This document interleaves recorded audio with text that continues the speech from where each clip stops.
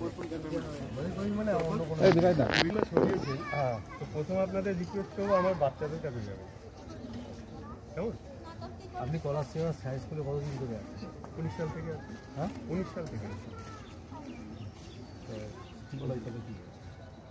আপনারা যেটা করছেন এটা টোটাল বলতে গেলে আপনারা অবৈধ কাজ করছেন।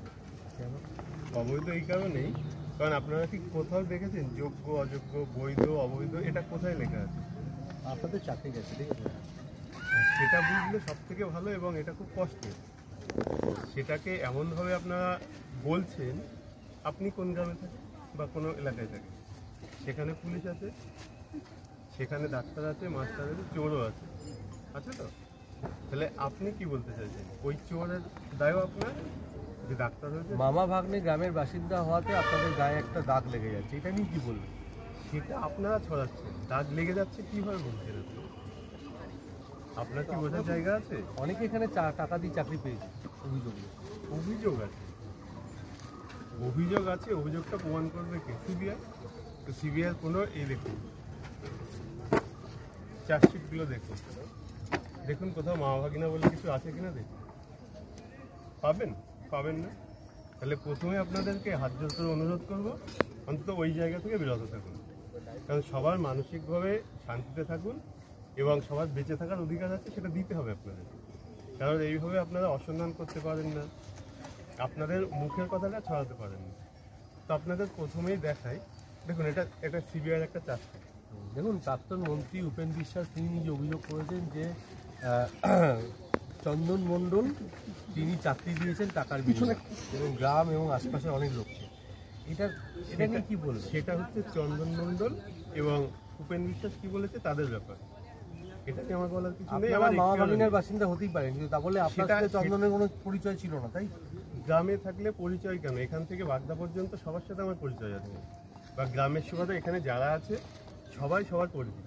পরিচিত নয় এই কথাটা তো ভুল কথা। কিন্তু আপনারা চন্দনের সাহায্য নিয়ে চাকরি পাননি, তাই?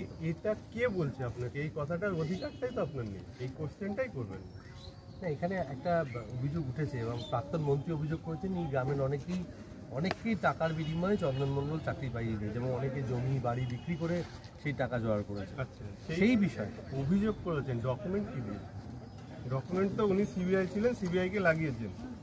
সব থেকে আশ্চর্যজনক বিষয়, আপনাদের এই চ্যানেলের এক কলিগের ওয়াইফ হচ্ছে অনিন্দিতা বেরা, যার কেসে প্রথম দিনেই সিবিআই। কখনো ভেবেছেন? এটা কখনো জানেন না। ফার্স্ট ডে কেসটা উঠলো, ফার্স্ট ডেতে সিবিআই ইনভেস্টিগেশন। এটা কখনো হতে পারে? সিবিআই তো একটা প্রাইমারি স্টেজ নয়, আপনারা নিশ্চয়ই জানেন। কোনো নিম্ন আদালতের ক্ষমতা নেই সিবিআই দেওয়া। সিবিআই দেয় হাইকোর্ট এবং সুপ্রিম কোর্ট। কিন্তু ফার্স্ট ডেতে, মানে বিশ্বে বোধহয় কোথাও এটা নেই যে ফার্স্ট ডে একজন সিবিআইকে নিয়োগ করে দেওয়া হলো যে এই বিষয়ে। সারপ্রাইজিং বিষয় হচ্ছে কি, সিবিআইয়ের ওখানে কে কে অফিসার থাকবে সেটা কোর্ট মনিটরিং বিষয়। আপনি যে মন্ত্রীর নাম করলেন, উনি করেছেন, কোর্ট মনিটরিং করবেন, এটা সেটা করবেন। কিন্তু আপনারা অর্ডারটা দেখলে, আপনাকে দেখাবো যদি আপনি দেখতে চান, আর যদি মনে করেন এইভাবে স্টিগমা ছড়াবেন তাহলে ছড়াতে পারেন। স্টিগমা না, আপনাদের যা বক্তব্য আমরা তুলে ধরতে চাইছি। সেটা হচ্ছে সেখানেও বিকাশবাবু বলছে না এই 5 জন আছে, তাহলে এখানে এনাকে সরিয়ে ওনাকে দিতে হবে, এবং সেটা এস্টাবলিশ। কোর্ট মনিটরিং ম্যাটার, সেখানে একটা লিস্ট জমা করছে, সেখানে একজন গিয়ে বলছেন বিকাশবাবু কেন বললাম না, তিনি ওই কেসের একজন অ্যাডভোকেট, যেখানে কোর্ট মনিটরিং ব্যাপারটা চলছে, উনি ঠিক করে দিয়েছেন যে কারা কারা থাকবে। নট অনলি দ্যাট, আরও কি হচ্ছে, রাত 9:30টার সময় বসে কি হলো না, একজন গিয়ে বলল যে এসএসসি অফিসে এখনই সব কিছু কারচুপি হয়ে যাবে, ওখান থেকে যে করে হোক অর্ডার করে ওখানে সিআরপিএফ ডিপ্লয় করতে হবে। সিআরপিএফ ডিপ্লয় হলো, এবং সেই অর্ডারটা রাত্রেবেলা হয়েছিল, আপনারা কি জানেন? রাতের বেলা কোর্ট বসেছিল। কিন্তু তাহলে সেখান থেকে যে ক্যামেরা রেকর্ডিং ফুটেজ উদ্ধার করতে হবে, বিকাশবাবু বলেছিলেন যে ডিজিটাল এভিডেন্স রেকর্ডে রাখতে হবে। তো সেই ডিজিটাল এভিডেন্সটা আপনারা কেন সামনে আনলেন না? সেটা তো বিকাশবাবু জানেন আর আপনারা জানেন। আপনারা বলছেন যখন এত কিছু, এত কথাবার্তা, তাহলে সেই রেকর্ডিংটা সামনে আনার ব্যবস্থা করা হোক। আমি চাইছি সেটা করতে। আপনারা দাবি করছেন মেধার ভিত্তিতে আপনারা চাকরি পেয়েছেন। মেধা ছাড়া চাকরিটা হয় আদৌ? বলে আপনি এটা কেন করছেন, বা আপনার পরিবারের কেন করছে? আমরা তো অনেক প্রত্যন্ত গ্রামে থাকি, আপনারা তো উপরে থাকেন। এরপর তারপরে একটা প্রশ্ন, যে আপনি তো স্কলারশিপ ম্যানেজ করেছেন, দীর্ঘদিন ধরে শিক্ষকতা করেছেন, এই যে যোগ্য অযোগ্য যে বিতর্ক, আপনার চাকরিটা চলে গেল এটা নিয়ে আপনি কি বলবেন? একদমই, এটা কোর্ট মনিটরিং ব্যাপার, কোর্টের ব্যাপারটা কোর্টেই বুঝে নিতে হবে। এটাই আপনাদের বারবার আমি বলছি যে আপনারা নিজেরা কিছু সৃষ্টি করে এইভাবে সামাজিক বিশৃঙ্খলা বা মানুষকে বেঁচে থাকার অধিকার হরণ করতে পারেন না। আপনাদের তো একটা প্রতিক্রিয়া থাকতে পারে। প্রতিক্রিয়া যেটা আছে আমরা তার অবশ্যই বিপরীত যেটা আছে সেটা দেব।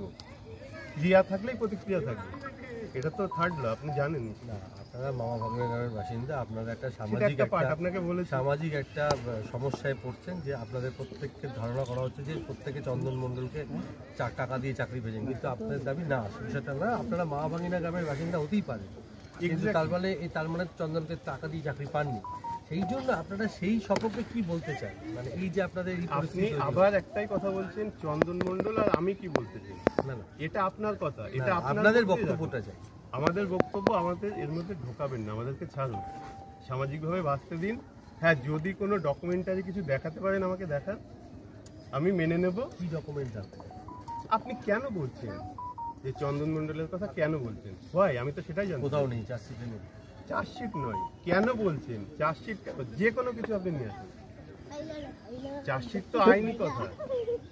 আপনার এই মামলায় চন্দন মণ্ডলের ভূমিকা কি? সেটা আমি কি করে বলবো? আমার ভূমিকা, আমি এসএসসি দিয়েছি, আমি চাকরি করি। এখন কোর্ট বলছে না এই চাকরি অবৈধ, এটা তো আমার একার নয়, এটা চন্দন মণ্ডল বাদে গ্রাম তো অনেকটা বড়, বা এই সারা পশ্চিমবঙ্গে চাকরি হয়েছে, তাহলে সব কি চন্দন মণ্ডল দিয়েছে? সবার চাকরি কেন গেল? আপনারা কেন এই ক্যাটাগরাইজ করছেন? আপনাদের সেই অধিকারটা কি আদৌ আছে? আছে কি? এই যে চন্দন মণ্ডলের কাছে কেন, চন্দন মণ্ডল এই কথাটা কেন শুনতে হবে আমাদের? অনেকের বাড়ির লোক ক্যামেরার সামনে বলে দিল, সেটা তাদের কাছে বুঝে নি, যদি কেউ বলে থাকে সেটা তাদের কাছে বুঝে নি। আমি তো এসছি, আমাকে প্রথমেই বললাম যে একটা ন্যূনতম কোয়ালিফিকেশন গ্র্যাজুয়েশনে 50% এবং তার বিএড থাকতে হবে, একটা প্রফেশনাল কোয়ালিফিকেশন। তো যে বিএড করছে সে মাস্টার হওয়ার জন্যই করছে, এমন তো নয় যে কেউ একজন বাইরে কাজ করছে তাকে এনে এখানে বসিয়ে দেওয়া হয় না। সেটা এনসিপির একটা রুলস আছে, আপনারা জানেন, যে সেটাকে ফুলফিল করে এখানে আসতে হবে। এবার আপনি আসুন, এখানে দেখুন,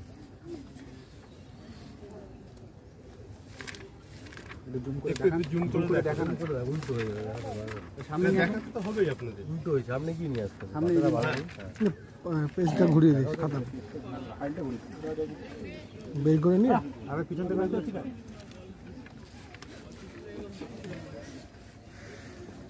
তোরা সরে যান, ওখান থেকে সরে যা, দেখতে তো পারি না, না তুমি সামনে যা না, তাহলে ভিড় করার দরকার নেই বাবু। হ্যাঁ ওটা দেখাবো না।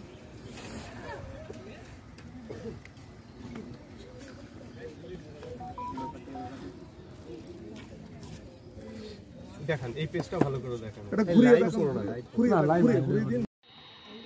বাগদার মামা ভাগিনা গ্রামের বাসিন্দা যারা এই সম্প্রতি চাকরি হারিয়েছে, এবং তাদের একটাই বক্তব্য, চন্দন মণ্ডলের কৃপায় তাদের চাকরি হয়নি।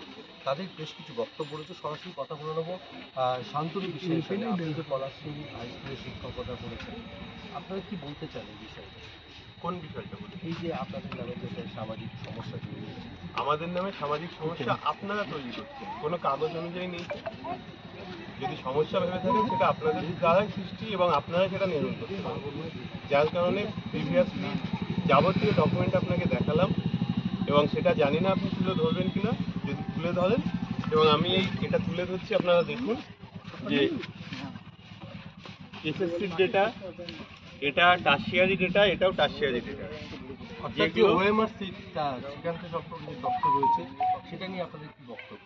আমাদের বক্তব্য এটা সিবিআই দিয়েছে, তারা নিশ্চয়ই ঘুমিয়ে উঠে দেয়নি, তারা ইনভেস্টিগেট করেই দিয়েছে, তাদের ডকুমেন্টটা আমরা দেখাচ্ছি। তো সেই ডকুমেন্টটা আপনি দেখে নিন, এবং এখান থেকে আপনি পরিষ্কার হবেন যে পঙ্কজ বানশাল কে। আপনি জানেন, আমি বললাম সে এক্স এমপ্লয়ি, তার এথিক্যালি কোনো অধিকার নেই, কেননা আপনি আপনার বাচ্চার পরিচয় দিতে গেলে ওখানে সাংবাদিক দেবেন না, আবার এখানে এসে আপনার বাচ্চার নাম বলবেন না। সেই কারণে পঙ্কজ বানশাল একজন এক্স এমপ্লয়ি, তার কোনো লিগাল অথরিটি থাকে না, এবং কোন ডকুমেন্ট অফিসিয়াল এবং কোন ডকুমেন্ট পার্সোনাল তার একটা নির্দিষ্ট আইনি ধারা আছে, সেগুলো আপনারা নিশ্চয়ই জানেন। এবং এই সিবিআই হওয়ার পেছনে যেটা আছে সেটা আপনাদেরই একজন সহকর্মী, ওনার ওয়াইফ অনিন্দিতা বেরা, যার কেসটাই হয়েছিল, এবং প্রথম দিন ইনভেস্টিগেশনের প্রথম দিনেই সিবিআই হয়েছিল। অর্থাৎ এখানে আপনাদের হাতটাও আছে বলে আমি মনে করি। আর একটা জিনিস যেটা বলছিলেন যে জাজমেন্টে কি বলা হয়েছে যে তড়িঘড়ি জাজমেন্টের একটা পয়েন্টে লেখা আছে যে যেহেতু টাইম শর্ট, তার কারণে ওনারা 22/4/2024 যে ইমপ্রিন্ট অর্ডার আছে সেই অর্ডারের উপরে কাটাছেড়া করে অর্ডারটা করে গেছে। আমরা এগুলো সবই কোর্টে সাবমিট করেছি, তার প্রমাণও আমার কাছে আছে, এবং সেটা হয়তো টাইমের অভাবে অ্যালুপ হয়ে গেছে। আমরা বিশ্বাস করি, আশা রাখি এগুলো আবার দেখাবো এবং এখান থেকে আমরা অবশ্যই মুক্তি পাবো। 2019 সাল থেকে শিক্ষকতা করছে, হঠাৎ করে এই ধরনের শিক্ষক আপনাদের জীবনে একটা বিপর্যয় তৈরি করে, কি বলবেন? এটা অবশ্যই বিপর্যয় এবং এর কোনো ভাষা নেই, আমরা ভাষাহীন। কিন্তু এই যে উৎপাত শুরু হয়েছে, এই উৎপাতের প্রতিবাদেই আপনাদেরকে অনেক রিকোয়েস্ট করে এখানে এনেছি, এবং আমরা ইচ্ছা করে এই মাঠে এনে আপনাদের এটা কিন্তু করেছি। এমন নয় যে বাড়িতে গেছিলেন আমি সেখান থেকে বলেছি ঠিক আছে সবার সামনে, হ্যাঁ সেখান থেকে সবার সামনে হচ্ছে এবং আপনারা দেখলেন, জানি না এবং এটা কতটা প্রতিফলিত হবে। এবং আপনাদের কাছে আরও একটা রিকোয়েস্ট, 7 তারিখে আমরা কলকাতায় আসছি, ওখানে আমাদের মাননীয় মুখ্যমন্ত্রী ডেকেছেন, ওখানেও আমরা থাকবো। আমাদের কথাগুলো তুলে ধরুন, মানুষজনকে জানান, সমাজে এইভাবে স্টিগমাটাইজ করবেন না। যেহেতু আপনারা মামাভাগিনা গ্রামের বাসিন্দা, আপনাদের সম্পর্কে মন্তব্য করা উচিত না, আমরা মামাভাগিনা গ্রামের বাসিন্দা নয়, ব্যাপার হচ্ছে আমাদের নিজস্ব বাঁচার অধিকার আছে। তো আপনারা কি করছেন যে চন্দন মণ্ডল, তো আপনার গ্রামে যে চোর আছে সেই চোরের দায় আপনি নিতে পারেন না? আপনার গ্রামে যে পুলিশ আছে তার জন্য গর্ব আপনার হওয়া উচিত না, সে তার উপায়ে সে সেখানে গেছে। অতএব আপনাদের যে ভাবনা চিন্তাতে রাখুন।